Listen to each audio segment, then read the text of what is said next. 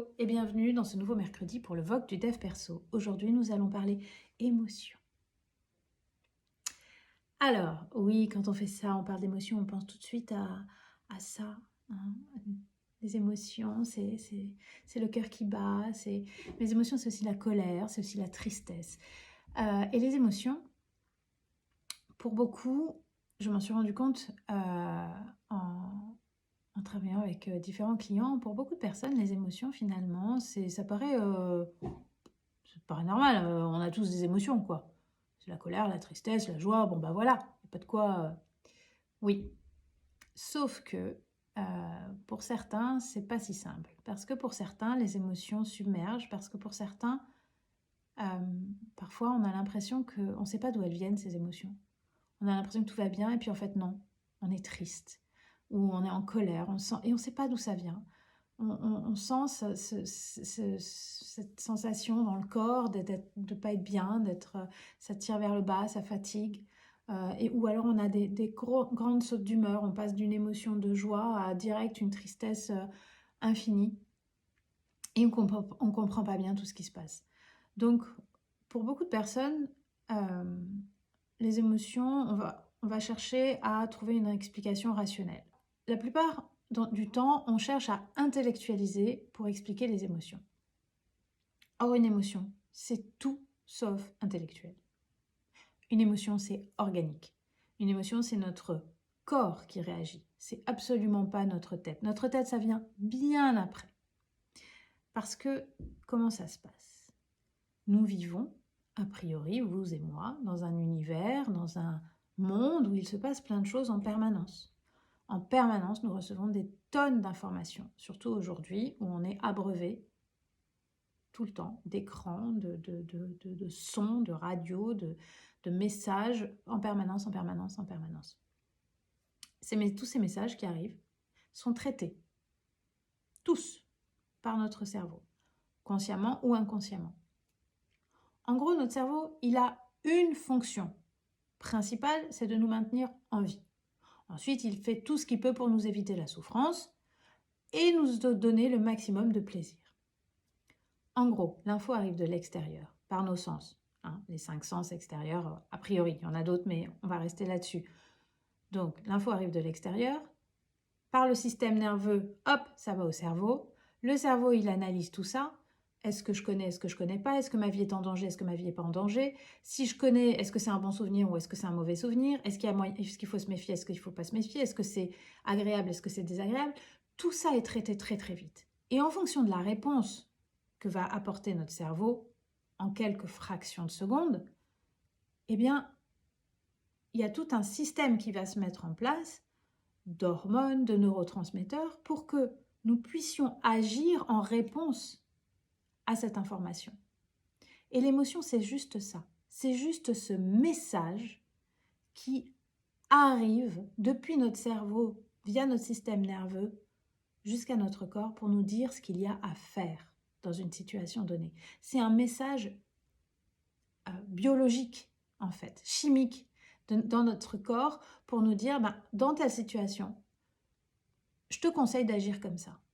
Et pour déclencher cette action, il faut qu'on ressente quelque chose. Donc, il y a un mélange biochimique qui se passe à l'intérieur de nous qui va faire que je ressens de la peur, de la joie, la colère. Donc, voilà, chaque émotion, ça va être une réponse biologique, en fait, à des événements de l'extérieur. Rien d'autre. Après, ce qu'on fait de cette émotion, comment on va la gérer, comment on va la traiter, ça, c'est autre chose. Une émotion qui s'installe, une émotion, par exemple, sur laquelle on va revenir, qu'on va laisser grandir en soi, mais intellectuellement, justement, quand on va commencer à analyser, essayer de comprendre et faire grandir cette émotion en soi, là, on n'est plus dans l'émotion, on est dans du sentiment. Et à ce moment-là, c'est autre chose. Là, ça devient intellectuel. Là, effectivement, c'est notre réponse, la manière que nous allons avoir de traiter cette émotion. Et si même ce sentiment continue, s'installe, devient presque une part de notre personnalité, parce qu'il est tellement installé en nous, ça devient presque un trait de caractère.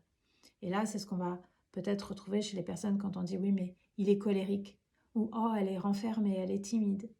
Tout ça, ces traits de caractère, ce sont à la base, à la toute base, des émotions qui ont été, on va dire, maltraitées et qui finalement, progressivement, se sont installées, qu'on a essayé d'intellectualiser, de rationaliser, d'expliquer, ou en tout cas dont on a bâti un système de croyance autour, et ça devient progressivement un trait de caractère, un comportement qu'on adapte en fonction de cette émotion de base finalement. On n'y peut rien face à une émotion. Elle est là. La seule chose qu'on peut faire, c'est après, une fois qu'on l'a reconnue. Parce qu'une émotion, je vais vous dire une chose, c'est pire qu'un huissier de justice. Une émotion, elle va toquer la première fois gentiment avec son petit recommandé en vous disant il y a un message. Mais si vous ne le prenez pas, eh bien, il va tout faire pour passer. Et même le pire. C'est-à-dire qu'une émotion qui n'est pas écoutée, elle ne va pas s'en aller, elle ne va pas s'envoler toute seule. Elle va rester. Elle va se graver quelque part. Et progressivement, elle va essayer de vous faire passer le message. Un peu plus fort, un peu plus fort, un peu plus fort. Ça va être « Ah, j'ai mal au dos.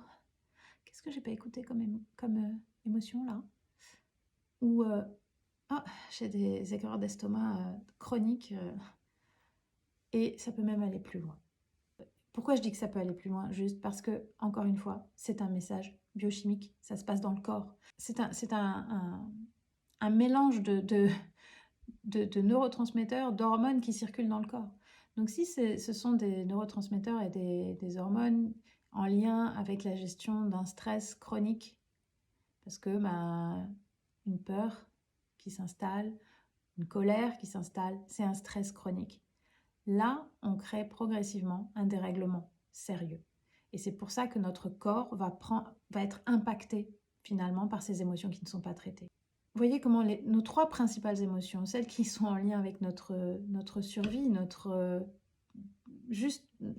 fait d'être, on les maltraite et on a des croyances bloquantes et limitantes dessus, alors qu'elles sont juste là pour que notre organisme fonctionne correctement. Donc vraiment, vraiment, s'il vous plaît, apprenez à écouter vos émotions, apprenez à les accepter, apprenez à les respecter. Vous verrez que c'est un monde qui va s'ouvrir devant vous, de liberté et de créativité. Merci de m'avoir écouté jusque-là aujourd'hui et je vous dis à mercredi prochain. Et vraiment, si vous avez des suggestions, des idées, des sujets que vous voudriez que je traite dans ce Vogue du Dev Perso du mercredi, n'hésitez pas à me le partager. Et si vous avez envie aussi de partager sur vos émotions, sur à quel point peut-être vous avez trouvé des difficultés à les vivre, n'hésitez pas à partager.